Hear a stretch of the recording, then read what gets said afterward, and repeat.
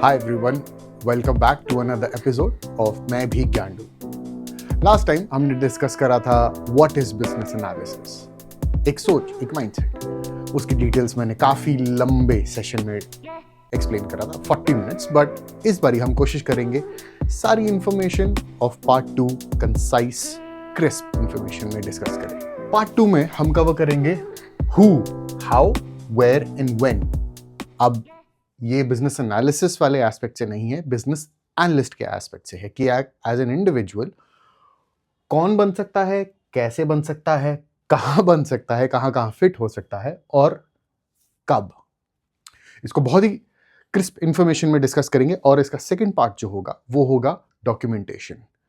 वो मैं थोड़ा और डिटेल में बताऊंगा बिकॉज आई फील, मेरा अपना ओपिनियन है, डॉक्यूमेंटेशन एक business analyst, even product manager, उसकी सबसे बड़ी ताकत है।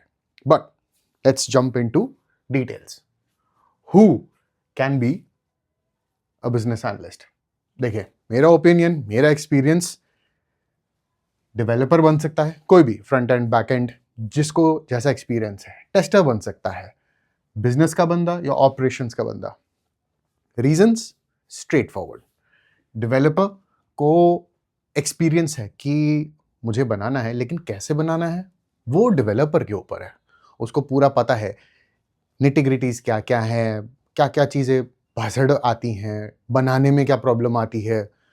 बोल दिया हाँ मुझे फ्रंट एंड में ऐसा एक्सपीरियंस चाहिए, भैया कोड कौन लिखेगा? डेवलपर को ही पता है ना, क्योंकि वो जानता है कि हाँ यार ये प्रॉब्लम्स है, तभी वो बोलता है हाँ इससे अच्छा मैं ही बता देता हूँ। बिजनेस को नहीं पता हो तो बिजनेस कहता है अरे वेबसाइट खड़ी कर दो, अरे वो पूरा आर्किटेक्चर खड़ी कर दो।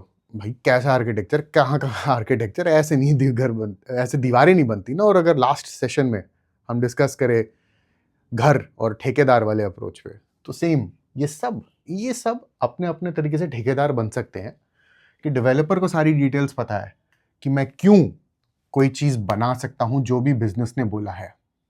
टेस्टर कमियां निकालना, दीवार की कमियां निकालना, पाइप की कमियां निकालना, प्लम्बिंग, इलेक्ट्रिशियन, वो सब कमियां निकालना जो एक घर बनाने में हो सकती है। क्योंकि जब तक ये कमियां निकालेगा नहीं, तब तक पता नहीं चलेगा हाँ कि ढंग से बनाए कि नहीं। दीवार बनाना आसान है, लेकिन पता चले उसने पिलर बीच में लगाया ही नहीं, धक्का दिया, गिर गया, ये नेगेटिव टेस्टिंग है। विच इज़ वाई टेस्टर भी बन सकता है बिजनेस, क्योंकि उसको पता है कि बनाने वालों की सोच क्या है। जैसे हमारे घर पे बोलते हैं बेटा बिजली वाले के पास खड़े हो जाओ और देखो क्या कर रहा है वो। अब बेटा तो कुछ करेगा नहीं, उसको पता ही नहीं बिजली कैसे क्या मैनेज करता है, इलेक्ट्रिशियन कैसे है, क्या काम करता है, लेकिन फिर भी खड़ा करते हैं। क्यों? वो तो समझे कि क्या कर रहा है, लेकिन खुद घर का भी पता होता है कि घर वाले चाहते क्या है, क्योंकि वो भी पार्ट है उस इकोसिस्टम का, उन लोगों के बीच में रहा है, जो वो भी समझता है कि एज अ रिप्रेजेंटेटिव मैं क्या बनवाना चाहता हूँ। ये सब लोग बन सकते हैं, और भी बन सकते हैं, लेकिन आप सबसे बड़ी चीज ये समझिएगा, ये सिर्फ टाइटल्स हैं। मैं ये नहीं कह रहा कि इनके अलावा कोई नहीं बन सकता, बिल्कुल बन सकता है। लाइक आई सेड, एक सोच है, एक माइंडसेट है। लेकिन जो सबसे क्लोज होते हैं प्रोजेक्ट डिलीवरी के, जो सबसे क्लोज होते हैं प्रोग्राम डिलीवरी के, वो ये लोग होते हैं जो कहते हैं ठीक है यार मैं करके दे देता हूँ। हाउ? अब इसमें देखिए 3 चीजें मैं कवर करना चाहता हूँ। सबसे पहला है जो ऑलरेडी एपिसोड 1 में मैं कवर कर चुका हूँ, माइंडसेट। माइंडसेट सबसे बड़ा इंपॉर्टेंट है। फैक्टर डॉक्यूमेंटेशन, जो मैं इस पूरे इंफॉर्मेशन के बाद डॉक्यूमेंटेशन पे आऊंगा। तीसरा है सीबैप सर्टिफिकेशन। अब सीबैप के साथ साथ एक CCBA सर्टिफिकेशन भी आता है। CCBA सर्टिफिकेशन वो है जिसमें एंट्री लेवल बिजनेस एनालिस्ट के लिए एक वो सर्टिफिकेशन है। सीबैप एक एक्सपीरियंस्ड बिजनेस एनालिस्ट के लिए सर्टिफिकेशन है। क्या आपको पहला ये करना चाहिए और फिर ये करना चाहिए, आपके ऊपर है। लेकिन मेरा ओपिनियन ये कहता है ये दोनों सर्टिफिकेशन सिर्फ और सिर्फ वो माइंडसेट को समझाने के लिए है, वो अप्रोच को समझाने के लिए है।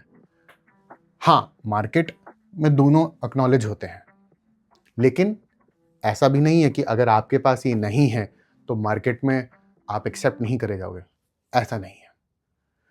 It's just like just because आपके पास MBA डिग्री नहीं है या कोई की स्किल नहीं है, इसका ये मतलब नहीं आप प्रोग्रेस नहीं कर सकते, आप आगे बढ़ नहीं सकते।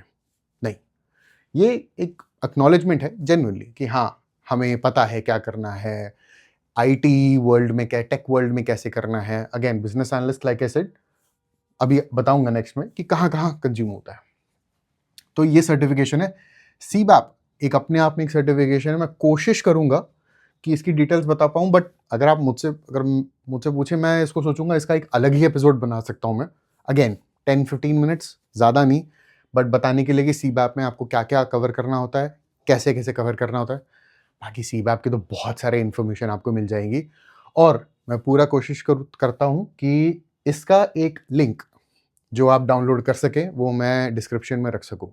नेक्स्ट पॉइंट इज कहाँ कंज्यूम होते हैं बिजनेस एनालिस्ट्स।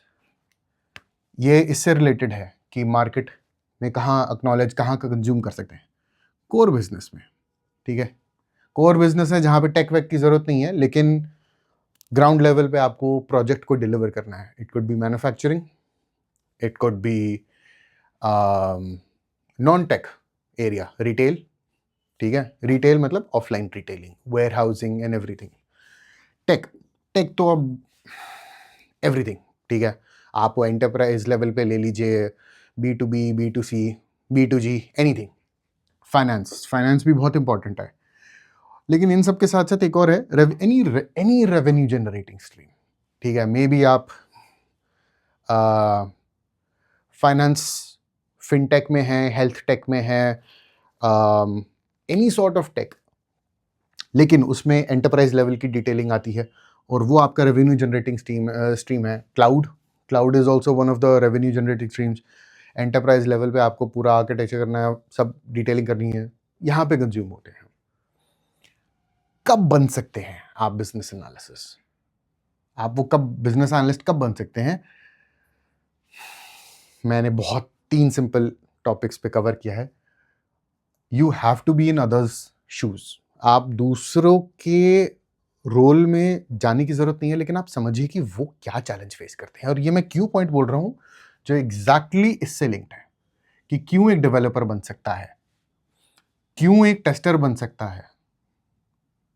क्योंकि इनको पता है कि जिन लोगों से मैंने प्रोजेक्ट डिलीवर करवाना है उनकी क्या प्रॉब्लम है। आप ये माइंडसेट लेके चलिए। आपको गवर्नमेंट ऑफिसेज में, अगर मैं पुराने दिनों की बात करूं या आज के दिनों की बात करूं, सबसे ज्यादा आप प्रोसेस कैसे कर सकते, other than networking and approach, आप काम कैसे निकलवा सकते हैं? जब आप किसी ऑफिसर के सामने, किसी एसोसिएट के सामने काउंटर पे, या इवन बैंक्स में अगर आप जाते हैं, आप सारे डॉक्यूमेंटेशन एक एक करके बिल्कुल डिटेलिंग में रख दीजिए, ताकि जिस हिसाब से वो इंसान प्रोसेस कर रहा है उसके लिए काम आसान हो जाए। Because you are in other person shoes, तो आपको समझ आ सकता है कि आप अंडरस्टैंड करें कि कोलैबोरेशन कैसे होता है, मिलके काम कैसे कर सकते हैं। डेवलपर समझता है कि मुझे कोड कैसे करना पड़ता है, क्या क्या प्रॉब्लम्स आते हैं। मेरे अप्रूवल, सबसे काम कोडिंग से ज़्यादा प्रॉब्लम तो मुझे अप्रूवल की चिंता होती है, कि मैं अपने मशीन पे वो सारी डिटेल्स पहले इंस्टॉल करवाऊँ, वो अप्रूवल्स टाइम से ले पाऊँ मैं। टेस्टर को ये पता है कि ठीक है, बनाना बहुत आसान है, लेकिन तोड़ने में 2 मिनट नहीं लगते। ब्रीच कैसे होता है। हाँ, इसमें सबसे ज़्यादा कमज़ोर, अगर मैं मेरे एक्सपीरियंस में मैं सोचूं, बिजनेस या ऑप्स के लोग होते हैं। क्योंकि वो सिर्फ एक फैक्टर से सोचते हैं, विच इज बिजनेस। वो ये नहीं सोचते कि ये जो पूरा इकोसिस्टम है वो कैसे काम करते हैं। अगर आप किसी भी स्टार्टअप की स्टोरी सुने, वो यही कहते हैं कि वो एक फाउंडर सिर्फ अपना ही काम नहीं करता, पैकेजिंग में भी जाता है, वो समझता है कि उसकी क्या प्रॉब्लम है। सिक्योरिटी गार्ड है, उसकी प्रॉब्लम समझता है। क्वालिटी एश्योरेंस, हर डिपार्टमेंट में जाके वो समझता है।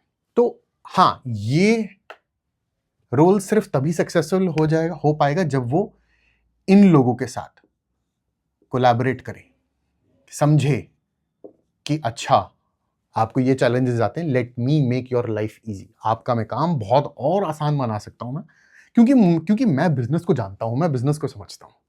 तो ये स्पीड अप कर सकता है। Understanding all roles and stakeholders, इसका यही मतलब है। मैं सबको जानता हूं, सबके चैलेंजेस समझता हूं, और मैं ये भी जानता हूं कि मुझे अप्रूवल लेना किससे है। क्योंकि एक बड़े प्रोजेक्ट में, इंग्लिश में बोलते हैं everyone wants a piece of the pie of the cake, मतलब पपीता कटता है, सब में बढ़ता है, सबको पपीता का हिस्सा चाहिए, लेकिन वो एक्चुअल में अप्रूवल देने वाला कौन है? स्टेक होल्डर में पैसे देने वाला कौन है? Sign off, tech, compliance, business, ये सब रोल्स कौन है? कैसे, मैं उनकी प्रॉब्लम क्या है? उनको ये करना भी है कि नहीं? बिजनेस ने बोल दिया हाँ बहुत बढ़िया टेक कर रहा है, भाई मेरे पास तो वो टेक्नोलॉजी अभी है ही नहीं। मेरे पास क्या, हमारे पास नहीं है, तो तुम क्यों बातें कर रहे हो? पैन इंडिया की क्यों बातें कर रहे हो? तुमसे एक जिला नहीं संभाला जा रहा, तुम देश की बातें कर रहे हो। फंडामेंटल स्ट्रक्चर की इंफ्रास्ट्रक्चर ही नहीं है, लेकिन हम बहुत बड़ी बातें कर रहे हैं। और लास्ट जो मैं अगर सिंप्लीफाई करूंगा इस पूरे सेक्शन का लास्ट पॉइंट, आप कब बन सकते हैं बिजनेस एनालिस्ट? आपको ये समझना पड़ेगा बिजनेस एनालिसिस बहुत ही एम्बिगुअस है। ये रोल ट्रांजैक्शनल नहीं है, ये एम्बिगुअस है कि फ्लूइड, कुछ भी कभी भी बदल सकता है, कैसे भी शेप में आपको रहना पड़ सकता है। विच इज वाई मैंने सबसे पहले बोला था माइंडसेट बहुत इंपॉर्टेंट है।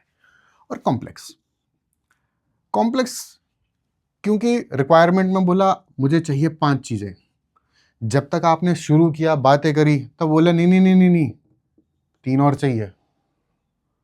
फिर जब तक आपने इसका पूरा होमवर्क किया तब तो बोला यार नहीं नहीं एक्चुअली इसमें से ना 4 चीजें हटा दे। लेकिन किसी ने यह भी नहीं सोचा है कि इन सब में से एक्चुअली में सबसे हाई प्रायोरिटी क्या है। तो कॉम्प्लेक्स है, एम्बिगुअस है। इस माइंडसेट के साथ आपको काम करना है। आपको ये नहीं लेके चलना अच्छा बोल दिया करना है, ये होगा ना। कभी भी कुछ भी बदल सकता है, फट सकता है।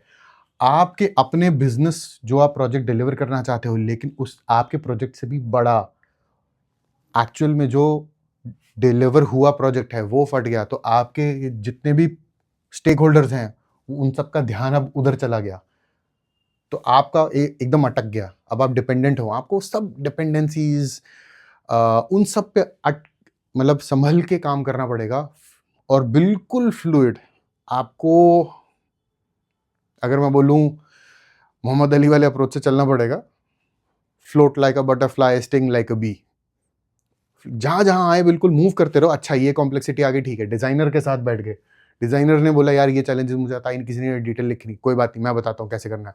टेस्टर कह रहा भाई ये क्या बकवास है, तुमने तो मुझे कुछ बताया भी, कोई बात नहीं मैं बताता हूँ। स्टेक होल्डर कह रहा यार मेरा मूड बदल गया, मुझे ये रिक्वायरमेंट ही नहीं करनी। भाई तुम तो ये बता, आज एकदम अगले 1 हफ्ते में नहीं हो सकता। तुमने जो मूड चेंज करा है, मूड चेंज करने की वजह से इन लोगों को परेशानी आएगी। अप्रूवल जो स्टेक होल्डर्स हैं उनको नहीं पता, क्योंकि तुमने खुद सोचा है, तुमने बाकी स्टेक होल्डर से बात नहीं करी है।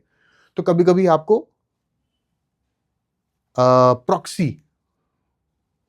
प्रॉक्सी बिजनेस बनना पड़ता है। फ्लेक्सिबल, एम्बिगुअस, कॉम्प्लेक्सिटी, इन सब के साथ आपको करना पड़ता है। अब इन सब के बाद हम बात करेंगे डॉक्यूमेंटेशन पे। So let's jump to documentation. अब हम डिस्कस करते हैं वो कौन से पैरामीटर्स हैं, वो कौन सी चीजें हैं जो डॉक्यूमेंटेशन में हमें लिखनी चाहिए। यू कैन ऑलरेडी सी, लेकिन मैं सबसे पहले पॉइंट बताना चाहता हूँ। बिजनेस एनालिसिस का सबसे स्ट्रॉन्ग, सबसे ताकतवर सेक्शन डॉक्यूमेंटेशन है। अगर आप बिजनेस एनालिस्ट हैं या अगर आप बिजनेस एनालिसिस समझना चाहते हैं, तो आप ये समझिए एक लॉयर की तरह।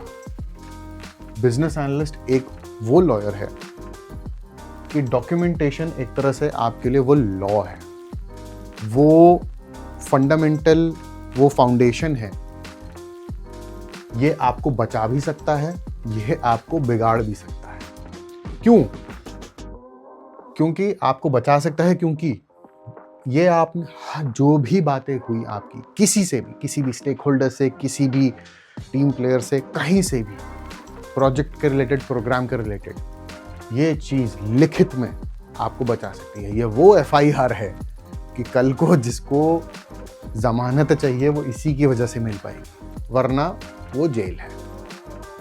ये एक सबसे बड़ा स्ट्रॉन्ग पॉइंट है। और पकड़े गए, अगर आपका कुछ नुकसान हुआ तो इसी वजह से होगा। क्यों? क्योंकि आपने कहीं पे भी लिखा नहीं था, या एक सोच में लग गया, अजम्पशन में रह गया, जो वन ऑफ द फैक्टर्स है, एक चीज है। लेकिन इसको अब हम एक एक करके कवर करते हैं।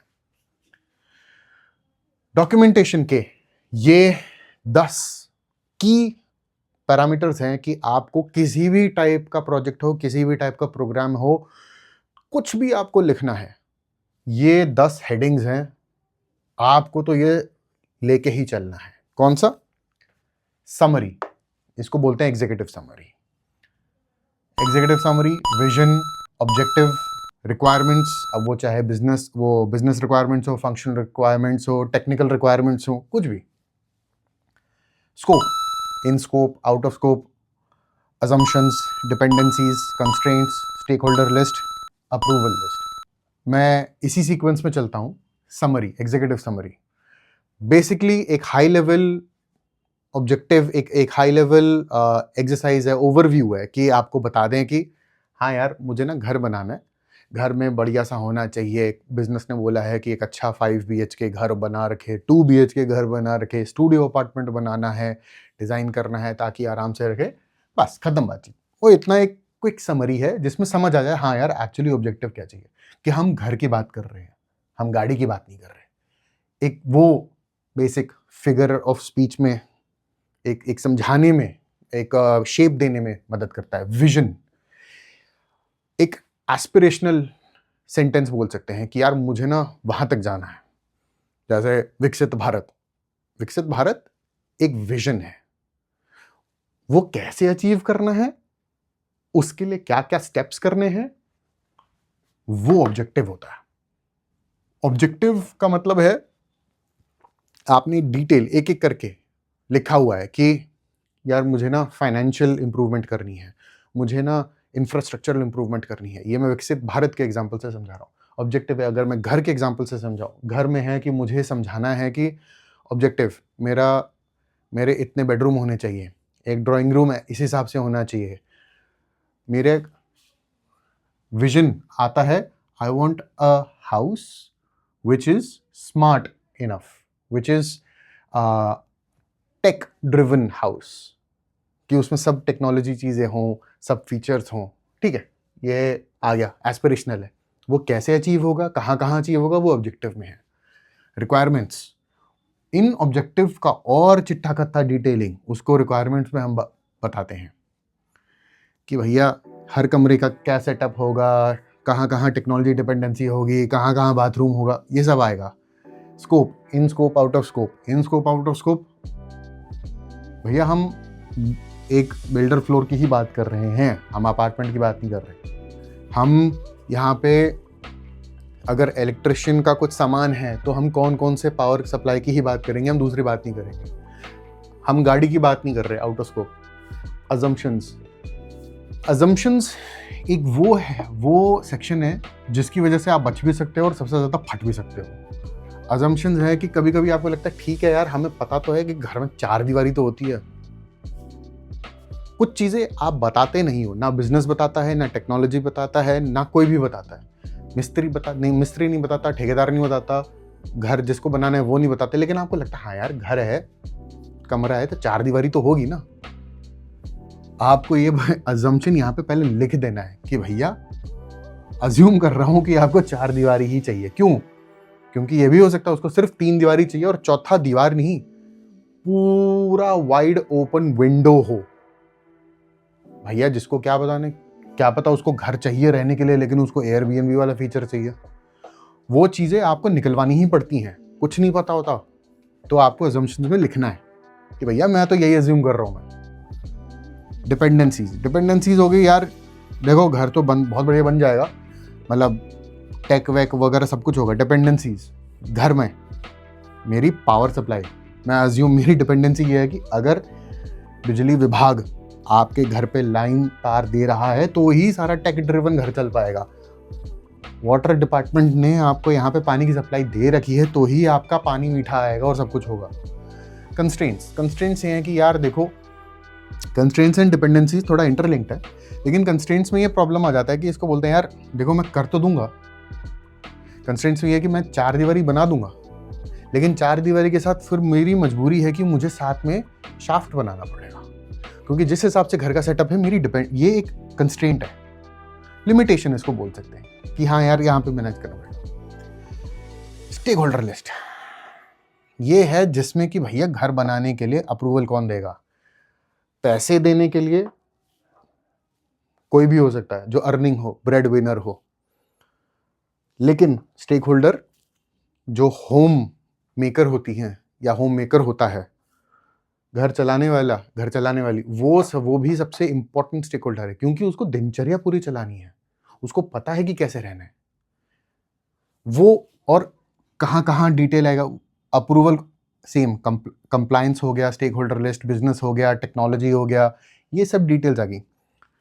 सबसे जो मैंने लास्ट में लिखा है, अब आप ये अपने डॉक्यूमेंटेशन में या तो लास्ट में लिख लिए या आप सबसे ऊपर लिखिए, लेकिन ये एक ऐसी चीज है जो आपको, जैसे कहते हैं, आप मुंह पे मार के दिखा सकते सबूत।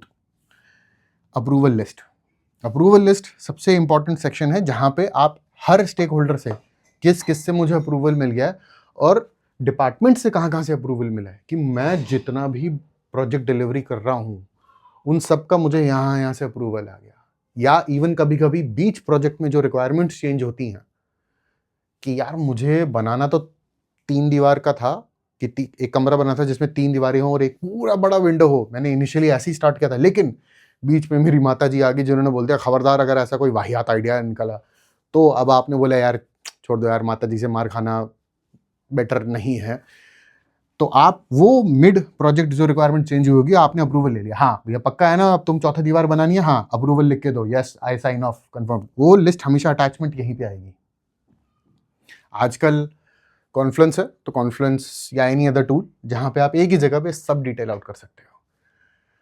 डॉक्यूमेंटेशन, अब अगेन इसको हम बहुत अच्छी तरह एक्सप्लेन कर सकते हैं, इसका एक अलग 1 घंटे का हम सेशन बना सकते हैं। एग्जीक्यूटिव समरी, ऑब्जेक्टिव हो गया। अब ऑब्जेक्टिव में एक चीज़ जो मैं सबसे पहले मिस आउट कर गया, लेकिन मुझे ऑब्जेक्टिव में नहीं, सॉरी, रिक्वायरमेंट्स में, as a I want so that, ये रिक्वायरमेंट लिखने के तरीके होते हैं या ऑब्जेक्टिव लिखने के तरीके होते हैं। इसको अगेन कभी कभी आप इसको ऑब्जेक्टिव में भी लिख सकते हैं, क्योंकि रिक्वायरमेंट्स में तो आपको बहुत डिटेल में लेके जाना है, इसको आप यहां पे भी लेके चल सकते हैं। अब मैं आपको समझाता, एज अ क्या मतलब होता है, as a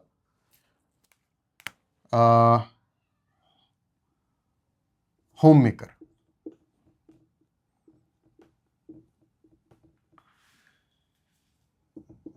I want to have a smart kitchen.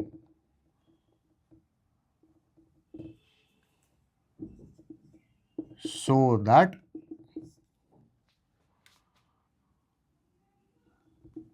making cuisines dishes is easy and simplified और less time consuming।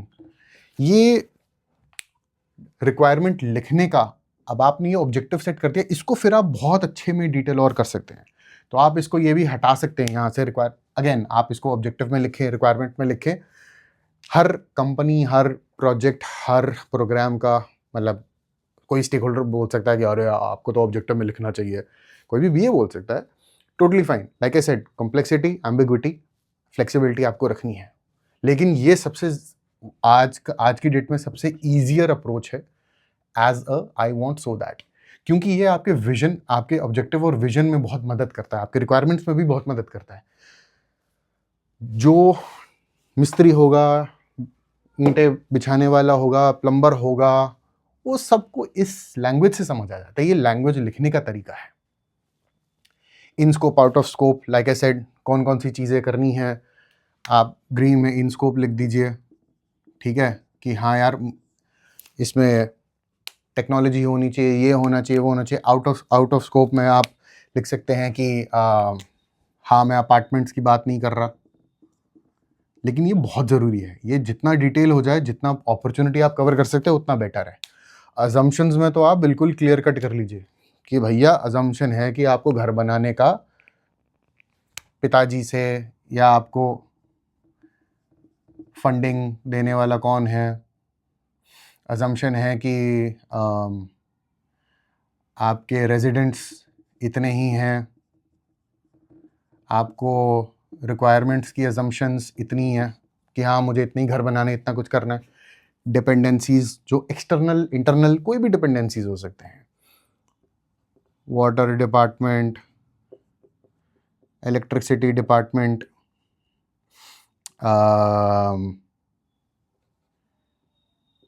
Municipality,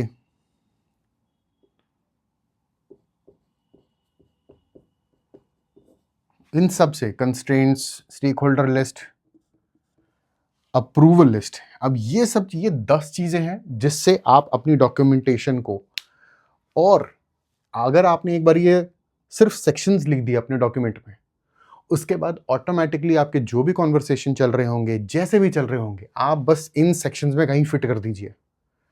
as a business analyst, as a business analysis, आपका काम स्मूथ, डिटेल्ड, क्रिस्टल क्लियर, और आपके जो भी complexity thoughts, जो भी on ground challenges आ रहे होंगे, वो सब धीरे धीरे करके शेप में आने लगेंगे।